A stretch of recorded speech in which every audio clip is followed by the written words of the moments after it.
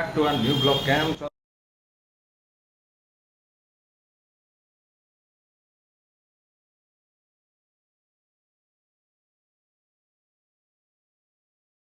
વાગી ગયા છે 8:30 અને ટાઈમ થઈ ગયો છે બ્રેકફાસ્ટ કરવાનો. કુકરની સીટી વાગી રહી છે અને મેડમ જે આપણા માટે બ્રેકફાસ્ટની સાથે મેડમ આપણી માટે બ્રેકફાસ્ટની સાથે બપોરના ટિફિનની પણ વ્યવસ્થા કરી રહ્યા છે અને આજે છે ટિફિનની અંદર ખીરનું આયોજન થઈ રહ્યું છે. કાજુ બદામ મલાઈ માર્કે. તો મેડમ જી જય સિયારામ. જય સિયારામ, જય માતાજી, જય કૃષ્ણ સીતારામ. ગરમીનો ટિફિન ન દઈ ટિફિન લીધા વગર તો કેમનું ચાલે? જમવા તો જોઈએ ને, રોજ બહારનું તો ખાવા જ ને. ગઈકાલે ઢોસા ખાઈને આવ્યા. ટિફિન કેમ લાગ્યા તમને ઢોસા? સારા હતા ને? ચાલો. હા, એ બાહુબલી ને? બાહુબલી આઈટમ જોરદાર, મજા આવી.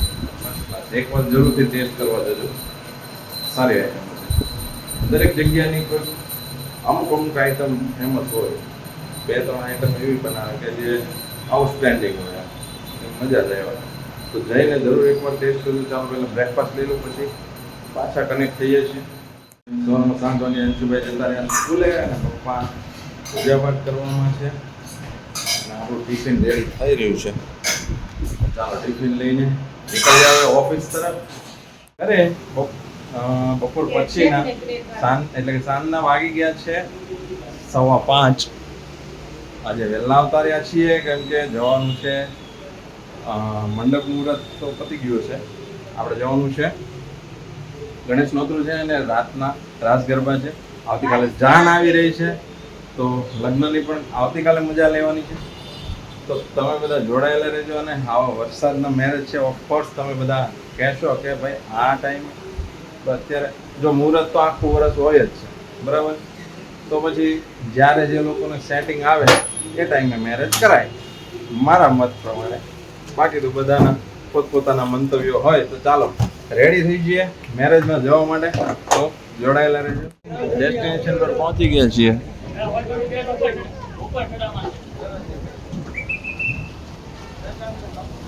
Bansari banquet hall.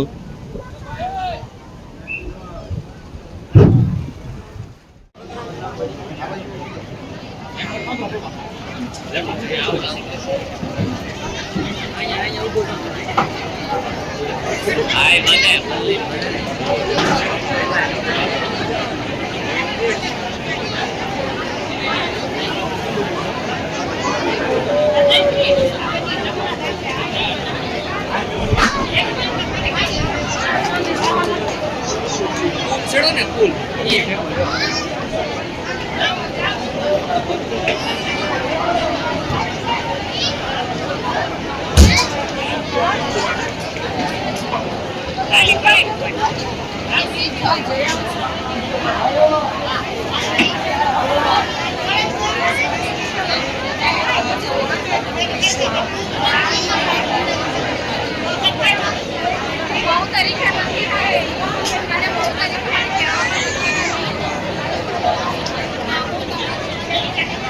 સાઉન્ડનું સેટઅપ લાગી રહ્યું છે કેમ કે રાત્રે છે રાસ ગરબા આ હોલની અંદર.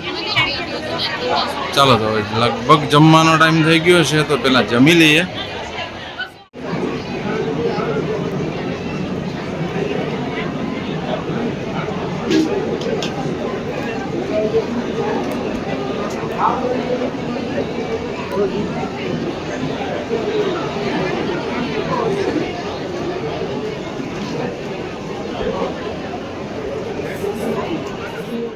રમઝટ લઈ રહ્યો છે.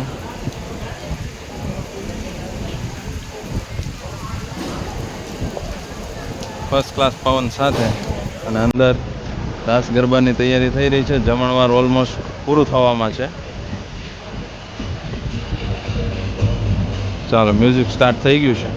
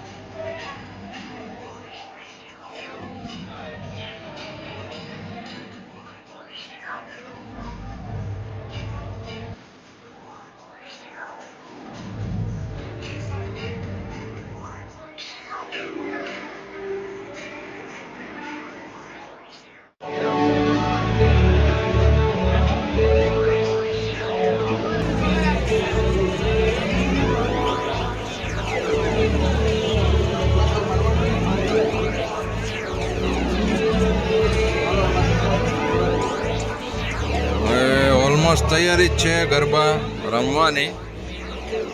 પરફેક્ટ સેટઅપ થઈ ગયું છે ડિસ્પ્લે અને સાઉન્ડનું, અને મેદાન પણ ખાલી કરી દેવામાં આવ્યું છે.